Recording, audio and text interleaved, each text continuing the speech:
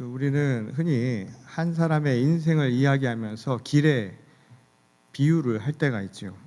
태어나서 죽을 때까지 시간을 따라 끊임없이 어딘가로 향해 가는 삶의 여정이라는 의미에서 우리는 그렇게 표현하곤 합니다. 이집트의 바로가 야곱에게 나이를 물었을 때 그가 자신의 인생을 길에 빗대며 이렇게 이야기한 바가 있습니다. 야곱이 바로에게 아뢰되 내 나그네 길의 세월이 130년이니이다. 내 나이가 얼마 못되니 우리 조상의 나그네 길의 연조에 미치지 못하나 험악한 세월을 보내었나이다. 야곱은 자신이 지금까지 살아온 세월을 나그네의 길고 험난한 여정으로 그렇게 표현을 했습니다. 이 얼마의 횟수를 살아온 것이나 또 자기가 얼마만한 여정을 거쳐왔는가 정확한 수치를 이야기하는 것보다 험악한 세월이라는 그 한마디 말이 그의 고단했던 삶을 아주 우리에게 잘 보여주는 대목이라 할 수 있죠. 오늘 우리가 읽은 두 본문에서도 길과 관련된 말이 표현이 등장하는 것을 보게 됩니다. 길에서 벌인 제자들의 논쟁을 담은 복음서의 말씀과 그리고 악인의 길이 아닌 의인의 길을 찬양한 시편의 말씀이 바로 그것입니다. 너무나 뻔한 이야기가 될 것 같지만 그럼에도 불구하고 저는 오늘 여러분과 이 두 본문의 말씀을 통해서 과연 이 시대를 살아가는 하나님의 자녀로 그리스도의 제자로 우리가 가야 할 복된 길은 과연 어떠한 모습인가를 살펴보려고 합니다. 먼저 예수께서 예수님의 제자들이 서로 누가 더 큰 사람인가를 두고 논쟁을 벌였다. 그리고 그 길에 대해서 다투었다라고 하는 이 복음서의 말씀으로부터 이야기를 시작해 보려고 합니다. 아마도 주님을 따라가던 제자들 사이에 그 길을 가면서 여러 가지 논쟁이 있었던 것으로 보이죠. 오늘 본문 다음 장인 마가복음 10장을 보게 되면 세베대의 두 아들인 야고보와 요한도 예수께서 영광을 받으실 그날에 예수님의 장차 옆에 앉게 해달라 서로 주장하는 이 내용을 볼 수가 있습니다. 근데 놀라운 건 이들이 이러한 요청을 한 것이 예수께서 이 장차 이루어지게 될 십자가의 고난과 부활에 대해서 말씀하신 직후에 나온 이야기라는 거예요.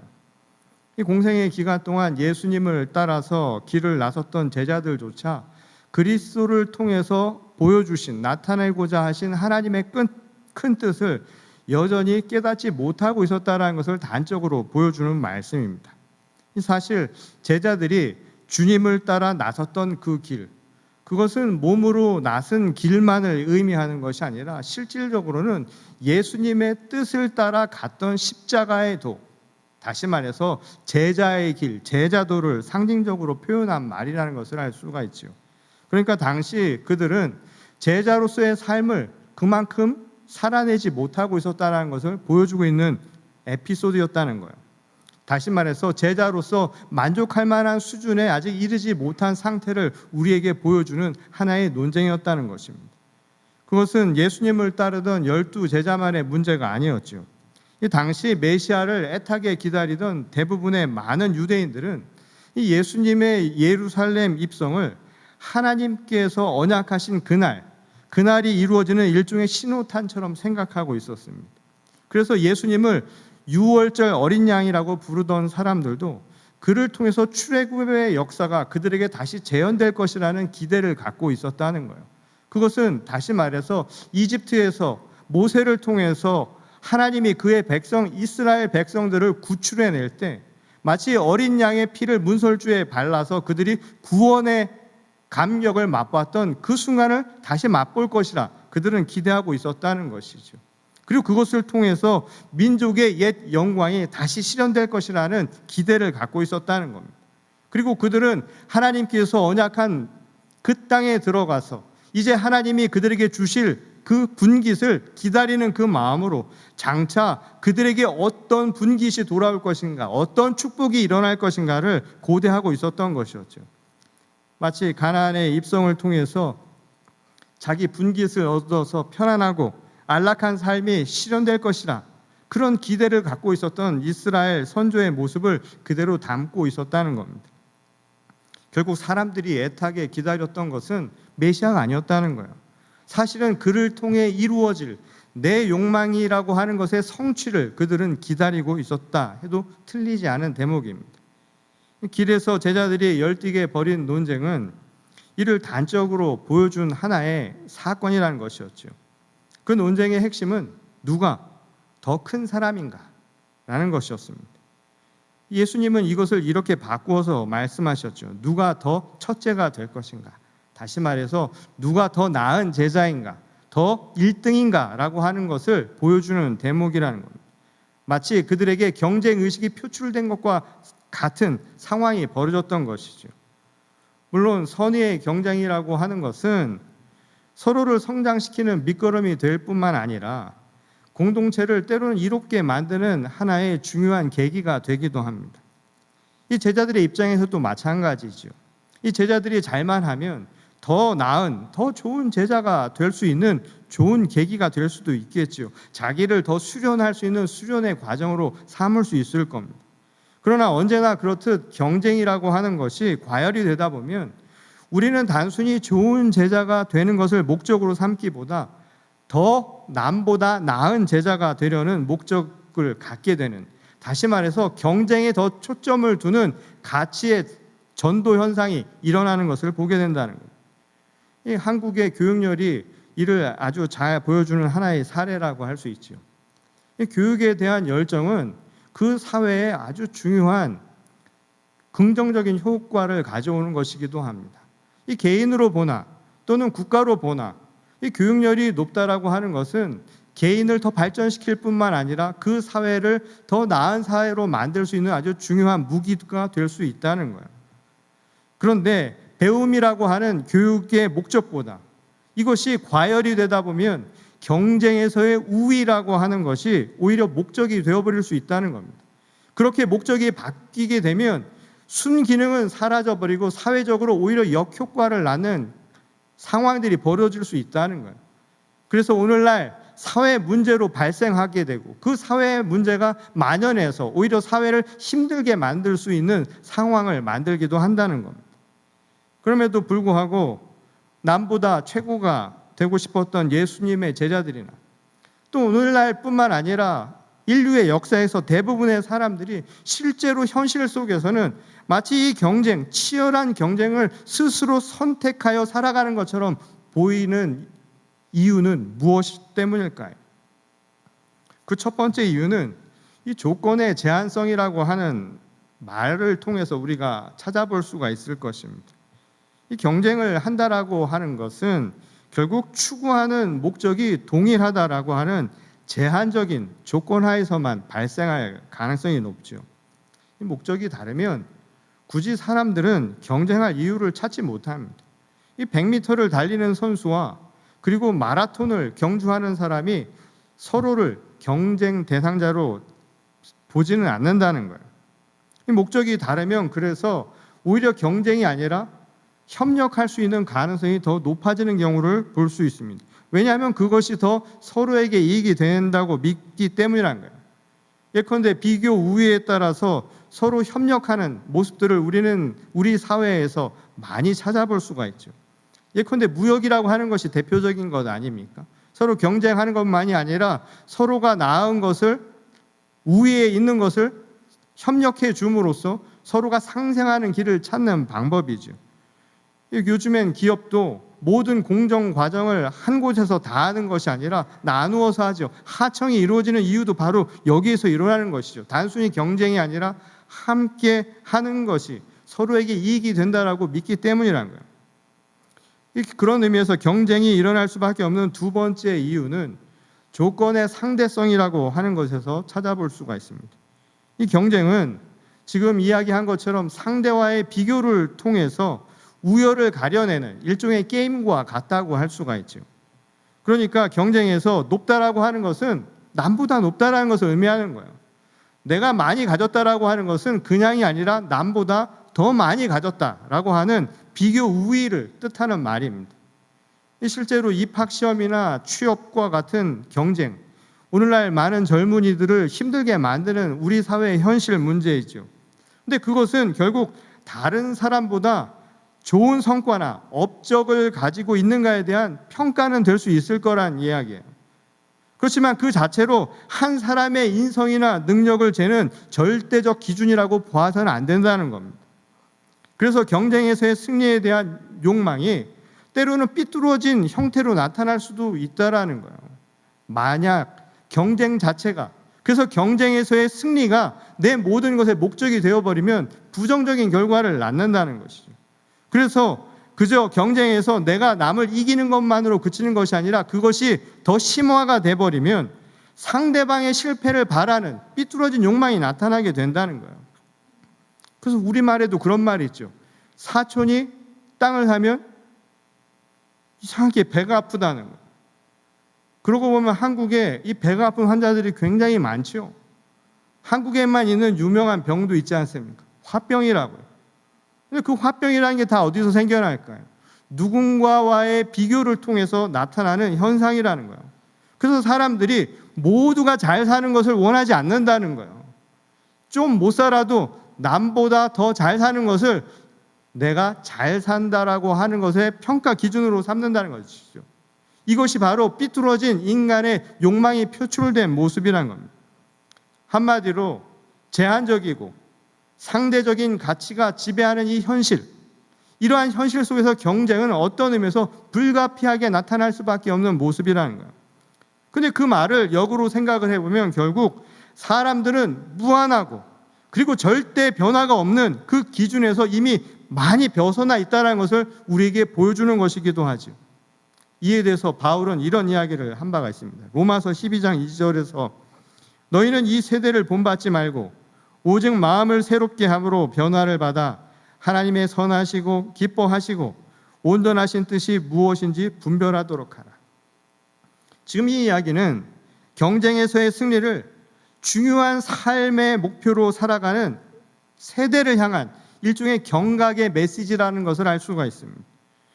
제한적이고 상대적일 뿐인 세대를 본받아 살지는 말라는 거예요. 선하고 완전하신 하나님의 뜻이 무엇인지를 분별하는 것, 그게 오히려 우리 삶의 진정한 목표가 되어야 한다는 겁니다.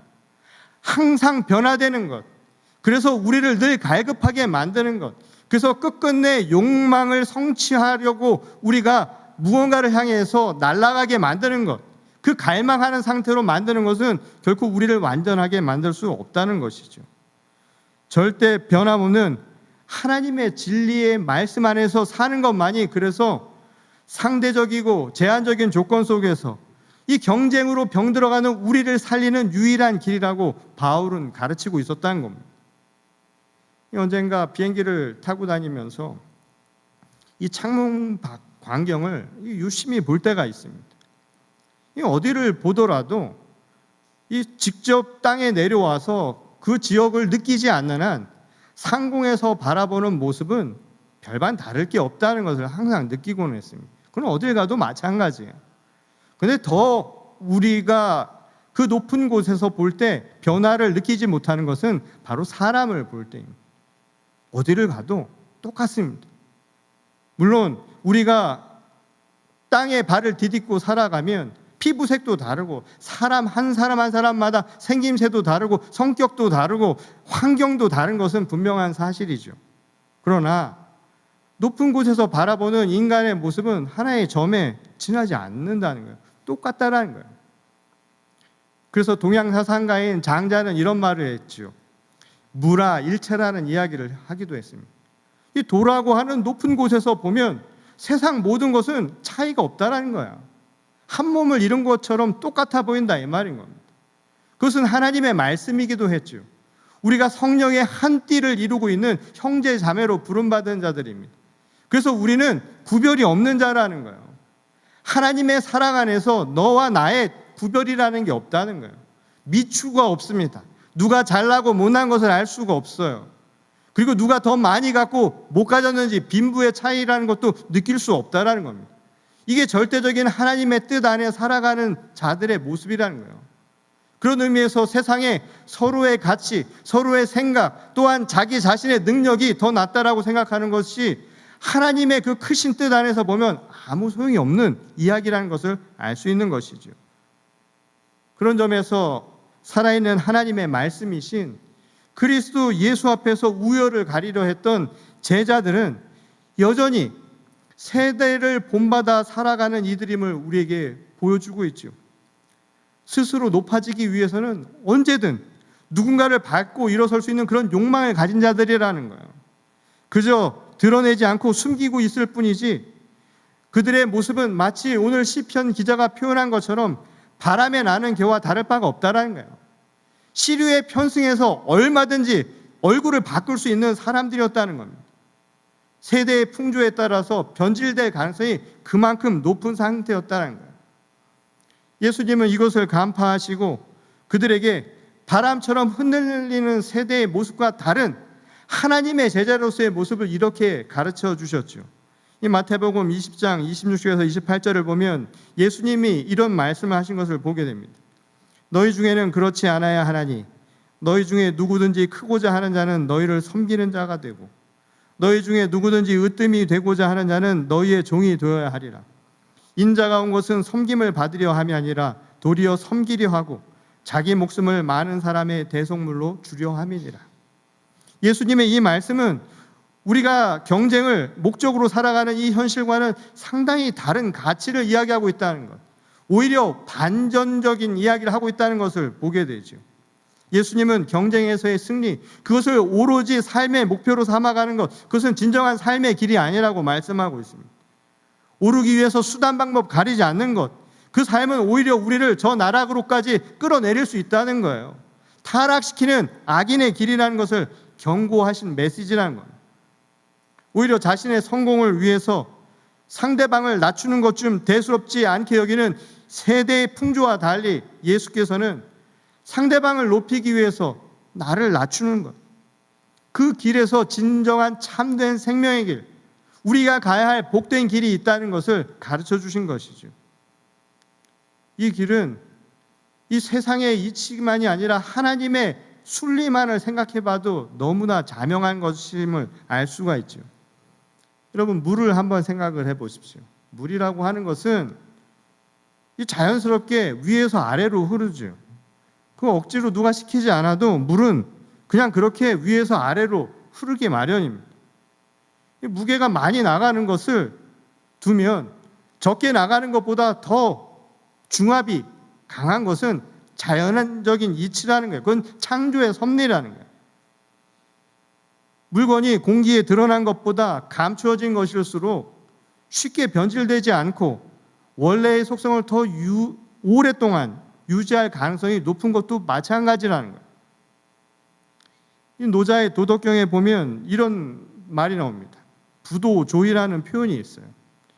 이 말을 풀이하면 무슨 말이냐면 도가 아닌 것은 오래가지 못한다는 거예요. 흐르는 물 억지로 끌어당길 수 있지요. 그러나 그렇게 오래 잡아둘 수는 없습니다. 언젠가는 다시 내려갈 거예요. 무거운 물건을 가벼운 것 위에 올려놓을 수 있겠지요.